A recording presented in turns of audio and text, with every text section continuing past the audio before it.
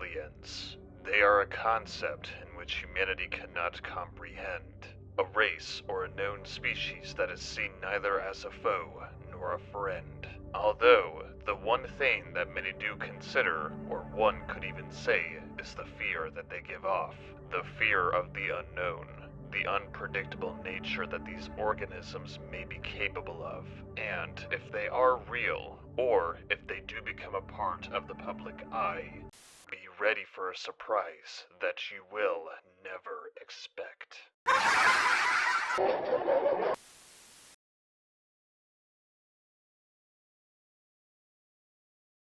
Gemini Home Entertainment. They are an analog horror anthology series created by Remy Abode. The series follows various tapes distributed by the titular company, ranging from how-to guides to documentaries to advertisements. The main horror in this series is cosmic horror, dealing with an alien invasion attempting to do something to Earth, with all of this connecting to the series' main antagonist, the Iris. It is a large living rogue planet that resembles an eye, as it sends its many residents to seemingly mutate other planets. The series spans 18 episodes, one being an unlisted channel trailer and a playable video game, with more episodes to come in due time, I assume.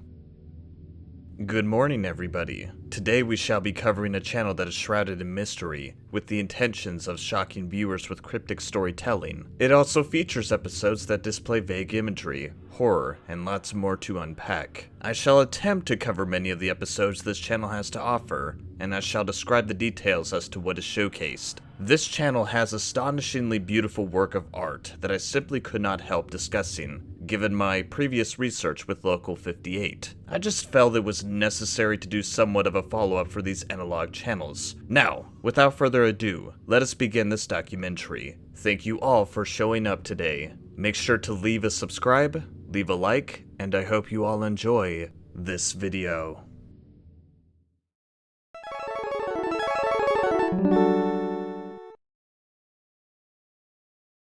Episode 1, World's Weirdest Animals.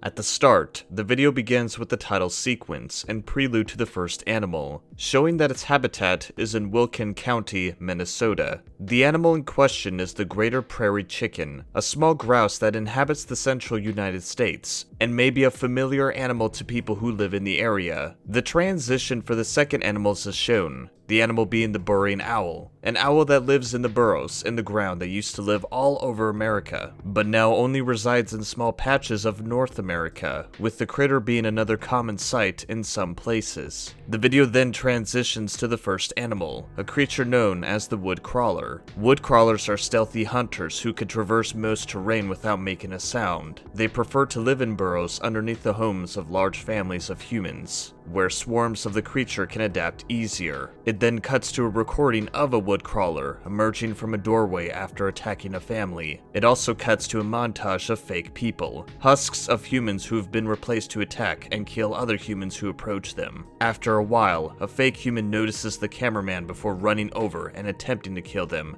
but seemingly failing. The video ends on a similar note as to how it began, with the title card and the Gemini Home Entertainment logo, before cutting to black.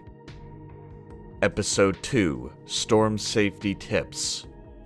This tape starts out as a normal instructional video, with useful advice for keeping yourself safe during a storm, along with recommendations for the Harbinge Technologies products Albedo Arm and the Timbre radio. However, as it progresses, the tape then gives an odd instruction to create a storm bunker with exact measurements as shown on screen, with the said measurements being 10 feet tall and 18 feet wide. The storm bunker is also encased in a 4 to 5 foot wide aluminum hemisphere and a shortwave radio, though later contradicting the need for a radio as the video tells the audience to ignore all sounds produced by it, describing them as auditory hallucinations. The tape glitches out after the instruction that the radio should only be turned on in the event of an emergency. Part 2 begins, entitled What to Do During a Storm. The instructions first tell the audience that in the event of a storm, they should quietly take the residents of their house to an aforementioned storm bunker, which was described in Part 1.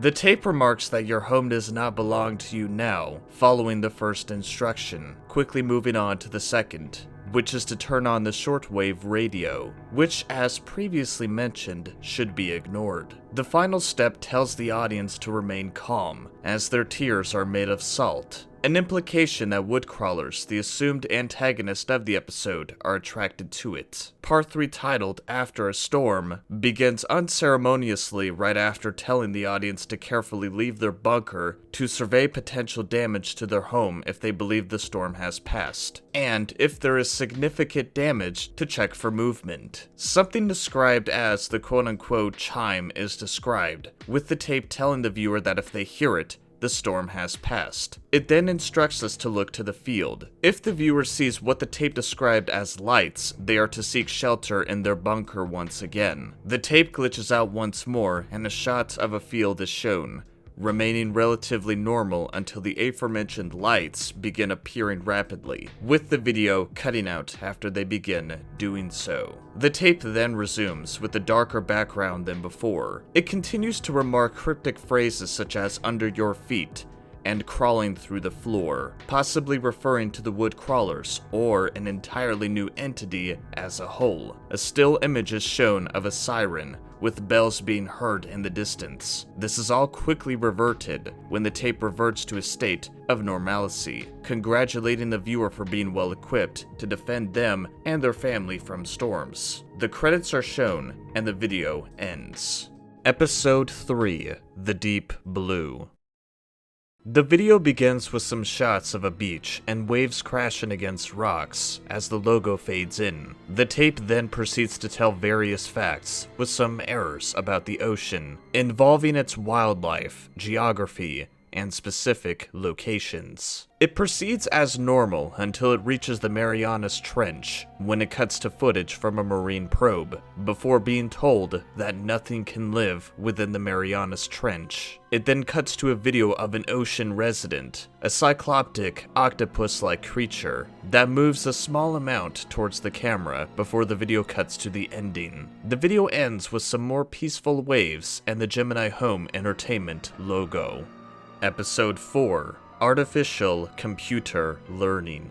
The video begins with a company named Regnad Computing, showcasing a new product of theirs, an artificial intelligence. This is put to a test when they have it create a sort of story, detailing two people named Jack and Mary, who are venturing across a river and are searching for a secret place. As with every further iteration, it distorts, becoming more macabre, with Mary seemingly dying and then becoming something else. There is also a voice from space, moving the stars, with the voice named the Hungry Eye. It then cuts between shots of a giant planet, resembling an eye, with the words intent and alive being present. As the pupil faces Earth, it then sends down a strange sort of creature, presumably a representation of the woodcrawlers, lights, and ocean residents. It then resumes as normal as it closes out with Regnad's logo and the Gemini Home Entertainment logo.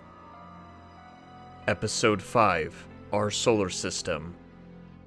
The tape starts out as a normal educational tape, with a couple of anomalies such as an object appearing in front of Mars, or behind Saturn, as well as some strange terminology for other things, such as saying Earth is one of the only planets that could support life, to referring to Saturn's rings as the gateway and the great dark spot as the lens, and insisting that the great red spot on Jupiter's not an eye, and the saying that it is an open wound. It then reaches Neptune, saying that it has mutated as Neptune turns with a violet and black mark on it. It then cuts to a new planet, the Iris, an alien, living planet that is quote-unquote with us now, and laughing at us. It then cuts to the Iris casting a light through Neptune, using the lens and the gateway, and transporting its alien inhabitants to the other planets. The video resumes as it covers Pluto, and then it finally ends. Episode 6, Camp Information Video.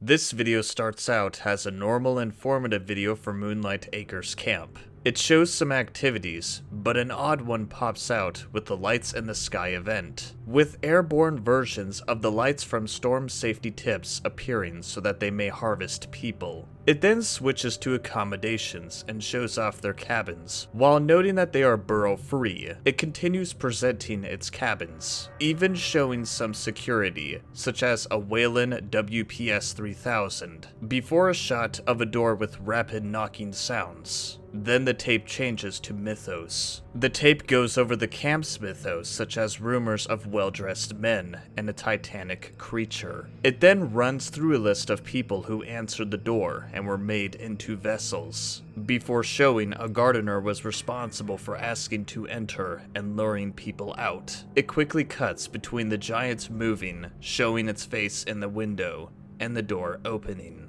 This video then concludes with the title card and Gemini Home Entertainment logo. Episode 7, Lethal Omen Commercial. This video is a fairly standard commercial for a game released by Regnad Computing. It is a PlayStation 1S game for the company's own devices, being sold in stores. The video advertises some features here and there, such as its graphics and puzzles, and cuts to the price. The video cuts again to the rest of Moonlight Acres Family Camp, where the player explores an area with 6 cabins and a two-way sign. The rest of the area is blocked off. The player then goes to the archery area and finds a few enemies, and is given a prompt to kill all enemies. Interestingly enough, the trailer directly uses the word kill, not eliminate or defeat. The player does so accordingly. The player then comes across a large cabin, with the entrance to a storm bunker and a Wayland WPS 3000. A second wave of enemies arrive, and the player once again is prompted to defeat them. After that, a third prompt appears, but is immediately completed, as the player then traverses a clearing in the forest with a strange mess of polygons containing the arm and face of an enemy. Soon after, an invincible enemy with a stagger for a walk starts limping after them. The player is then told to run as they head to the bunker and hunker down within it. The timber radio and aluminum hemisphere are present, as well as a hanging lantern. Before long, the shelter starts shaking before a wood crawler bursts through the wall, making the screen go black. Light reappears, emanating from the hemisphere, with it warding off the wood crawler. The video then informs that the game is using an artificial intelligence to create its game engine, before resuming gameplay and showing the iris looming in the sky. This tape then ends with the advertisement resuming as normal. Episode 8, Wilderness Survival Guide. This tape is a guide to surviving the outdoors created by Jack Wilder. It begins relatively normally, with some essentials to bring with you, and some heads up when one comes across certain hazardous objects such as thorns and ditches. It then switches to potentially dangerous animals, and some advice of what to do when one encounters these creatures. The demonstration shows a person replicating the advice to a bear. However, shortly after they leave, the bear sprouts some roots in their final stage. The tape cuts to some plants to avoid, before coming across nature's mockery, a strange alien planet that can absorb humans and make them into fake people. It then cuts back away to sounds to avoid, with coyote howls and cougar screams, but then desperate human screams for help. It then moves to a segment dubbed Building a Campfire, where Jack gives instructions to making a bonfire, but is then interrupted by a fake person staggering around in a field before going to a home. The tape then ends. Episode 9, Sleep Image Visualizer. This tape starts out as an advertisement for Harbinge Technology's new product, the Sleep Image Visualizer. It continues with some instructions on setting up the device, as well as a guide for what is what, and a rundown of how to start up the SIV's function. It then cuts to a recording from Levi Jacobs, who dreams about a well-dressed man peering from a doorway. The video abruptly cuts back to the instructions before telling the viewer good night. It cuts to the dream of Adrian Gordon, who dreams about an observatory, with muffled sounds in the background. The tape transitions back to the completion screen, notifying that all recorded dreams are owned by Harbinge Technologies, before cutting to the dream of Jack Dean, whose visualizer picked up some of his dreams of him sleeping in his bed, as another well-dressed man sits down in the chair right next to him. This tape then tells the viewer that dreams are not real, before cutting to the dream of Joseph Allen, who dreams of a gigantic looming shadow rising over the horizon. The tape cuts back to normal and finishes. Episode 10, Games for Kids. The tape begins as a relatively normal video, made as a distraction for bored children. It begins with games you may have played as a young child on the playground, such as hide and go seek, freeze tag, and sardines. Then the fourth game rolls around, named Feed the Woods. The game instructs the children to sneak out of their homes and gather all of the other children they know, and then go to the woods in the dead of night. They then are lured into the woods by the lights, and they are taken and presumably killed or made into fake people by the wood crawlers. The video then points at Earth before saying one final "found you" before the video ends. Episode 11, Advanced Mining Vehicle. This video begins with a company known as Nomad, showcasing their new remote-operated compact tunneler, a small vehicle meant as a new step to explore the inside of the Earth without risking people's lives. At first, it seemed to proceed as normal, with showcases of the tool's capabilities and features. However, a familiar sound echoes through the cavern, the clicking of a woodcrawler. The creature then drags the drone further below the surface. The ROCT then finds some strange shapes in the cavern, long, thick tendrils spiraling throughout. They observe it, finding an abundance of these tendrils, as well as a clump of them housing some familiar off-white legs, which is further elaborated on later. Before long, something grabs a hold of the ROCT and drags it even further into the depths. The vehicle then swivels its camera towards the captor, but is only able to pick up its large glowing eye. The strange cave dweller examines the ROCT before bringing it further into the abyss. Then, the message appears, blood pumps through the garden's veins. The creatures reveal themselves, and they are octopus-like creatures dwelling in the depths of the Marianas Trench, and around the campgrounds, luring those to their demise at the hands of the skinwalkers. These creatures are known as the Gardeners. Two of the towering aliens surround the mining machine, before wrapping it up into some of its veins, which are the strange formations, and they are the veins of the mutated Earth in order to detain it. It cuts to an image reading, shifting tendons shape anatomy, mutation of the heart. The robot is then wrapped up and detained within the veins. As we witness why the garden is known as such, this is the origin of the aliens, being birthed from the veins. As we see a wood crawler emerge, the garden even seems to be the source of the lights and gardeners. The pods are also seen in the iris, as seen in Crusader Probe mission. It shows that not only are these pods here, but they are also present on their native homeworld, the iris. Before long, the robot shakes enough and frees itself from the veins ensnaring it, where it falls and presumably breaks. The tape ends with the Nomad teasing updates to the ROCT before concluding the video. The formations do not appear to be roots, as they are significantly larger and made by the gardeners, as well as being freely present on the iris, and they are way too large in their size, seeing that they are seemingly wider than a gardener's head. The phrase, shifting tendons shape anatomy, mutation of the heart, is incredibly likely referring to the Earth itself, both here and in Lethal Omen, where the aliens are mutating the Earth, binding its almost biologically shaped features. Overall, the garden not only seems to be the hotspot for mutating the planet, but also called the garden as the veins of the area which grows the aliens. Episode 12, Deep Root Disease. This video initializes with a view of flowers, while being a PSA from a health promotion company, WADH. It starts describing deep root disease, and it quickly reveals that this is an alien disease known as roots, which can infect humans and create bulbs, which soon become sprouts. When going over contraction, it simply shows a man sleeping in his bed. It then goes over questions to ask, bringing up that they will have become vessels if they respond in a certain manner to 4 or more of the questions. It then covers sprouts, and the roots seem to be sprouting out. And, as revealed in Home Invasion Help, it is a representation of the stringy, moss-like mass the host becomes when in the final stage of infection, as the sprouts seem to occur in the mouth as a person becomes a nature's mockery, as revealed in Shifting Tendons. This video then concludes shortly thereafter.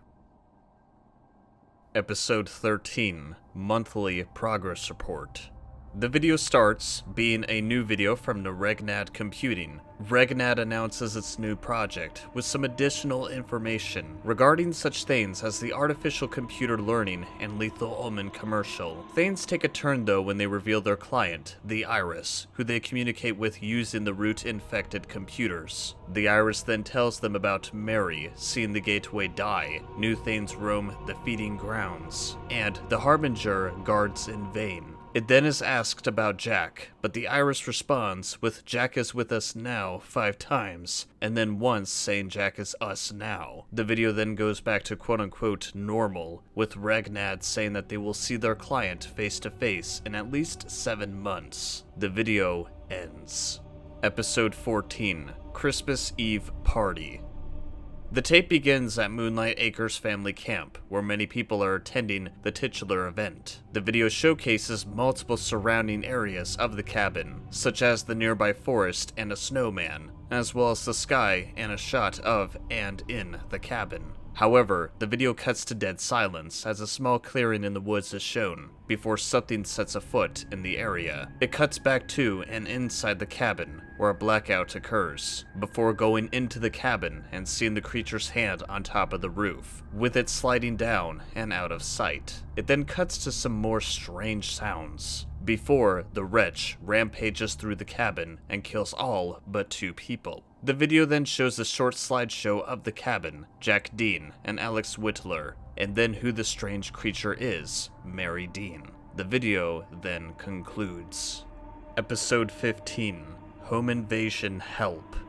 This video begins as an educational PSA of what to do during or to prevent a home invasion. It goes over useful advice such as locking possible entrances and deploying recording systems. However, it then shifts to helping the home invader with how to enter and using audio luring prey to the door. It then suggests burrowing, which creates easy access to nests. It then shows what to do when a human is encountered, to locate, incapacitate, and enter prey through proboscis. It then cuts to a person exploring a near-abandoned home, exploring through the vacant rooms until he sees 2 humanoid-shaped masses of roots. He then leaves and arrives in another room, and in this room is a figure made of roots. This is the final stage of deep root disease. The infected person still has an eye remaining, and as it's revealed, is still alive, and cognizant enough to look at the camera. The cameraman then finds a wood crawler and then proceeds to run, but is pinned down by the creature in a hallway and is killed by the alien. The tape then shows its ending card, and then ends. Episode 16, Crusader Probe Mission. The episode begins with an announcement of a new launching of a new space probe, Crusader 5, to photograph Jupiter, Saturn, and Neptune. The video progresses relatively normally when photographing Jupiter and its moons, but there is an oddity with Saturn in the form of its rings being much, much thinner. Crusader 5 then begins traveling towards Neptune, before a few split-second frames show up. When Neptune is approached, there is nothing there. Neptune has vanished. Meanwhile, photographs of other objects in the solar system morphed or fused together. It then cuts to some completely bizarre and alien moons. This includes Cyst, Umbilic, Eucosis, Macula, and Vitreous. However, none of this is as shocking of what they're moons of. The Iris. Before long, Crusader 5 begins being pulled in by the gravity of the giant planet, and finds itself going through its insides, with hole-filled passages, tunnels filled with the pods that birth wood crawlers, lights, and gardeners. The same ones seen in Advanced Mining Vehicle, and it then approaches the conscious mind. The Crusader then takes photographs. The photos received are of a gray carpeted floor, followed by a man in his bed, before a red figure approaches. A few photos later reveals that this figure is a victim of deep root disease in its final stages. They then spread out the stringy mass they are composed of towards the sleeping person, before it cuts to a picture of some sort of tower. The Crusader then loses connection for 7 months, in which it somehow travels the full distance back to Earth, despite the outgoing journey taking 10 years, indicating some sort of force was or is being applied to it, allowing it to travel faster. This video then ends. Episode 17, Wretched Hands. This episode begins with a report of a sighting of a creature in Canada during a broadcast. After a splash from a wave, it transitions to 2 notes by Glenn Arthur, telling somebody by the name of Curtis about a deal that they made with the quote-unquote beans, and how he would take it back, before mentioning shooting and killing a bear, and planning to sacrifice it to the statue. This seems to be the deal made between Moonlight Acres Family Camp and the Iris and its inhabitants. It then cuts to an eldritch being with multiple holes in its flesh, before showing various people absorbed into it, including Glenn Arthur and Mary Dean. It then reveals the main creature was the sacrificed bear, and has possibly became the Wretch. Episode 18, Shifting Tendons. The video begins by showing an extracted root, which begins pulsating before ejecting something from it. It then cuts to a sleep image visualization from Barry Johnson, where it shows a slot and a door with a distorted face peering through. It then shows a diagram of a holding room, which resembles the storm bunkers from Storm Safety Tips. It's being showcased a cell, a door, an escape hatch, and within the cell is Barry Johnson, who was a staff member of Moonlight Acres Family Camp, who has placed himself into self-quarantine. Video of the slot on the door is shown with music playing in the background. It then cuts to a sketch of a man, before going through 3 more sketches detailing what has happened to Johnson, as roots spread throughout his body, and in the 4th figure, his eyes drift upwards and to the sides of his head. It cuts to the slot again, this time with no light, and strange sounds are heard. It then cuts back to the figures where he degrades into the humanoid-shaped mass of roots, arteries, veins, and nerves, and then into a nature's mockery, and then further into what seems like a mound of roots with a few humanoid-shaped formations. After 59 days of quarantine, the staff opened the door to assist Johnson's state, equipped with protective suits. The only objects in the cell are a book and Barry Johnson himself. A staff member then asks him questions to determine his psychological state, and while at first he seems to be responding, he begins repeating the questions asked, slowly, as if he is still getting used to using the human mouth to make noises. After a jump cut, the camera shows what looks to be a hand, as Johnson begins moving, more quickly now than before, while remains of eyes are glowing, and his loose jaw opens even wider, as if something begins to hatch out of the root pile. The staff then seemingly terminated whatever hatched from the roots. The video then ends, and this is the current last video from this channel, at least for now. In conclusion, this channel takes analog horror to a new level by showcasing the potential dangers of alien beings. And come to think of it, aliens as a concept has always been mysterious and potentially dangerous. What are they really capable of? Do they even have a face? And are they in fact a reality? Personally, despite the chances being low, it's difficult for me to believe that we are the only living organisms on this planet. I mean, not to mention the creation of several galaxies and planets, the black holes, the variations of what surrounds space. All of it is not only incomprehensible, but it's also downright intimidating. I am surely confident that with enough exploits, research, future technology, and then some, we will find the answer to that question. And I truly believe that it's going to happen a lot sooner than we would expect. With that being said, thank you all for watching this video, and do not forget to leave a subscribe and a like if you enjoyed what you have seen. Have yourselves a good morning, a good afternoon, and I hope you all have yourselves a good night.